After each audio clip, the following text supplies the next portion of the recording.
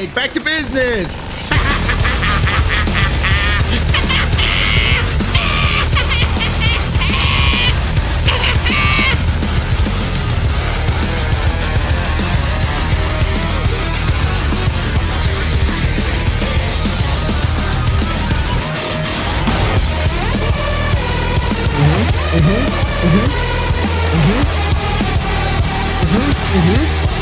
All right, a couple things before we get into the video. First and foremost, guys, this will be spoiler free. I will only be showing 2 points close to each other on the map, and that is it, so don't worry about that.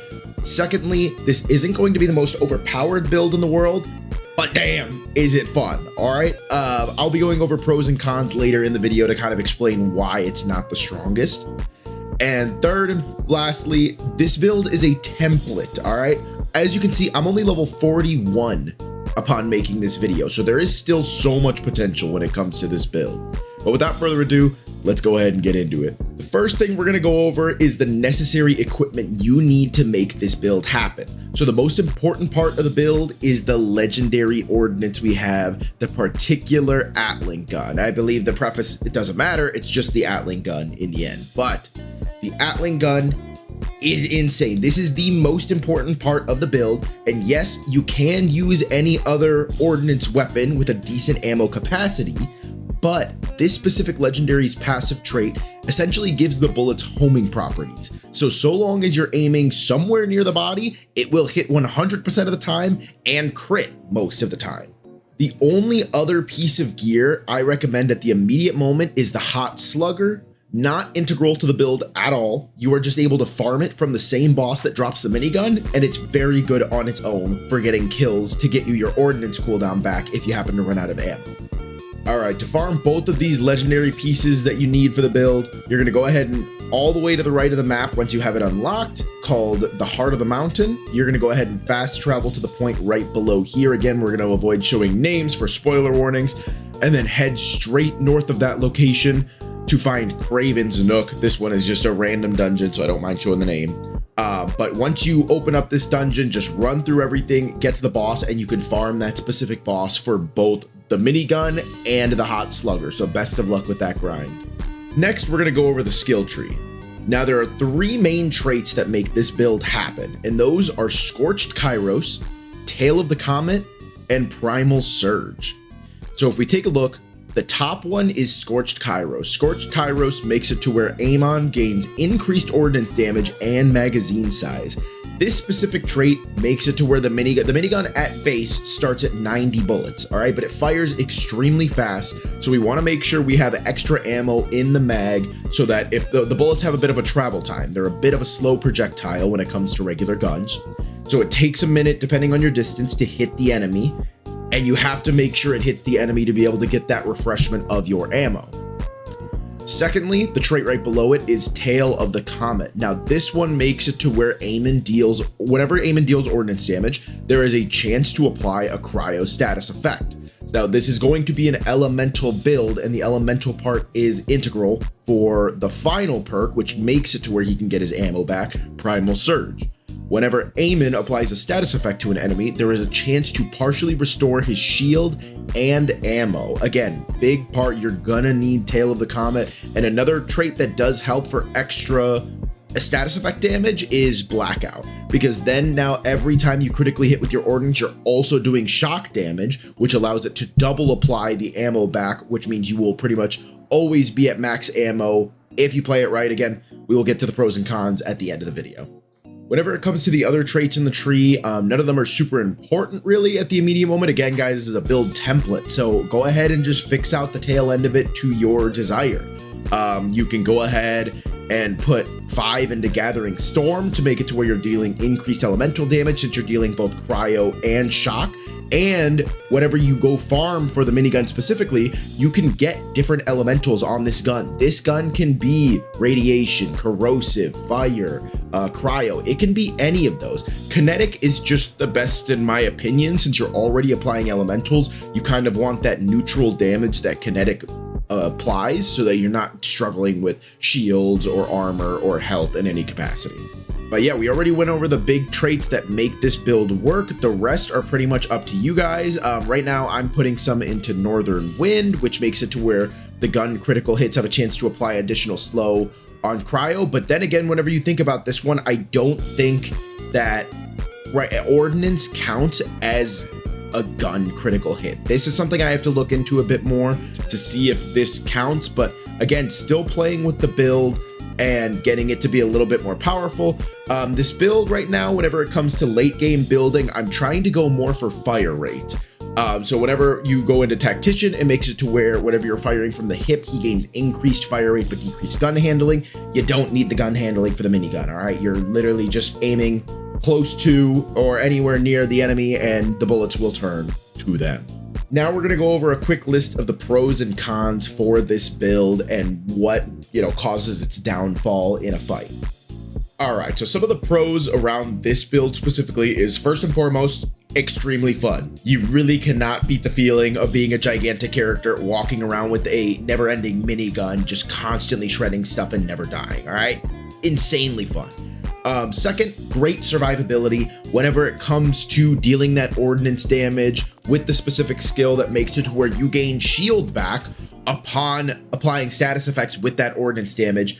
Your survivability is insane. It goes through the roof, especially if you add on any sort of high capacity shield. There is no specific shield that you need for this build. You just need high capacity so that you can keep that full and then keep getting the over shield that comes with it.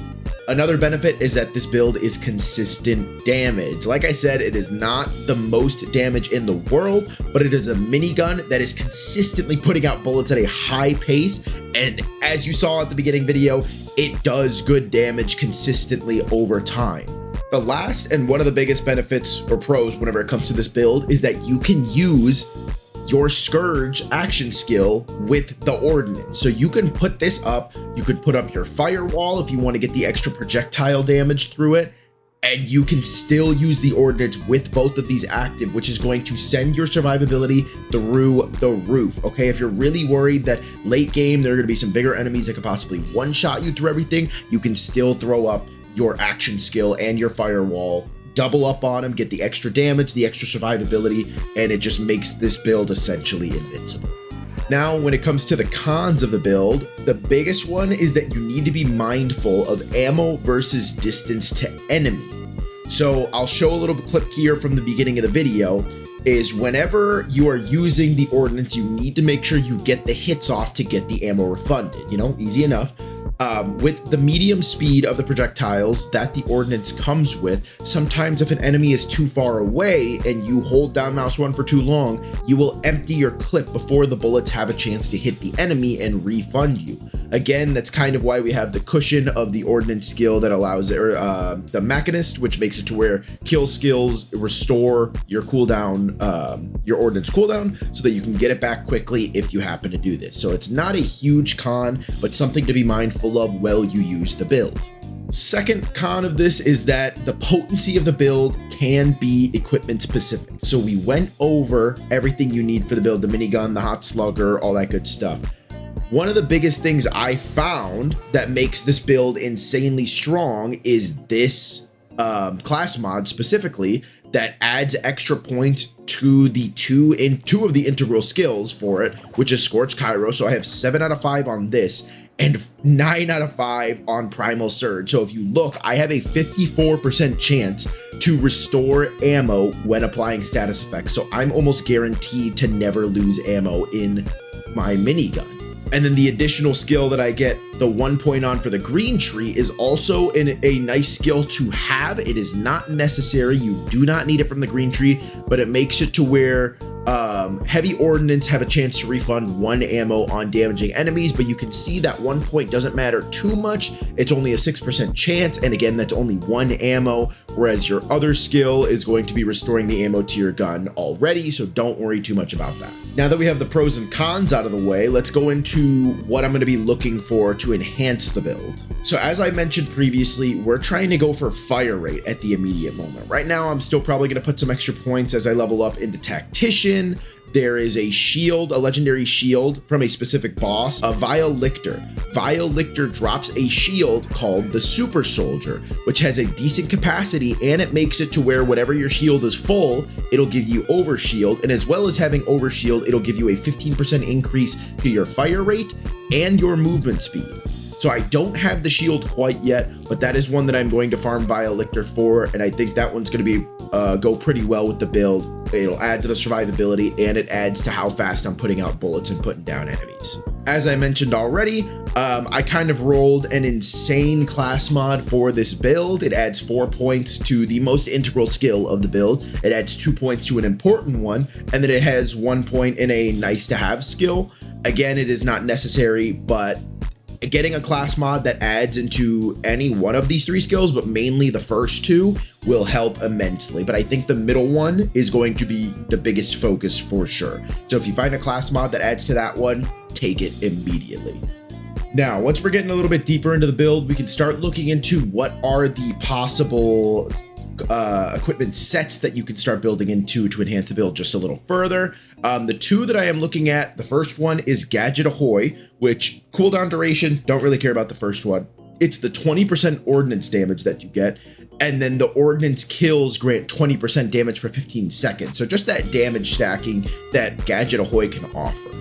Another set that I'm debating on going into is Deadeye. Again, the first one we don't really care about is the gun accuracy increased by 30%. We don't need that for this build.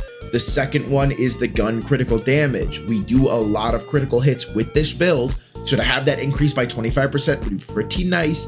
And then the third and final one, every critical hit grants 15% critical damage per stack for a maximum of 5 stacks. I really think at the end of the day, this one is going to be the best bet to go with, but then again, I have to look into the specifics whether or not ordnance criticals count as gun critical damage. That might not apply to a heavy weapon ordnance because it's not technically a gun. So things to still look into for the build. Last but most certainly not least, the thing we can go over is the specializations. I need to respec. Don't worry about my, crazy ass tree here. It's got a lot of different points. There's multiple traits that we can go down. If you want to increase your survivability, you can go down the survivor trait and then get the bottom point, which essentially makes it to where you're dealing 30% extra damage whenever your shield or health are full, and whichever one's fuller, it goes off of that. This one down here is pretty important in my opinion, making it to where now ordnance damage now benefits from increases to gun damage. The fact that that already doesn't happen, you have to keep that in mind. So gun damage application in your build will not work. If you have a shield, if you have stims, if you have other gun, whatever, it will not apply to your ordnance until you get to this point in the gadgeteer tree. But if you don't want to go down the gadgeteer tree, then you could go down the sharpshooter one, not specifically again for the gun damage or all that good stuff. It is for killer. The Vault Hunter gains increased critical hit damage and status effect damage. You're applying a lot of status effect. This is a status effect build. You're applying both cryo and shock, and there are ways to mix in other elements as well. So you can go down either survivor or sharpshooter, because gadgeteer with the ordnance one, that just increases your cooldown rate, which you don't need because the point of this build is to have it up infinitely. So again, just play around with the specialty tree and see what feels best to you, but be careful because it takes 5,000 iridium to reset this tree and respec it. So iridium is not easy to come by. Make sure you keep that stuff safe. But that should be the end of the build video. Let me know down in the comments if you guys have any recommendations or improvements for this build, because again, it's a template. Go crazy with it. Best of luck in your farming. Let me know how much fun it is whenever you guys try it.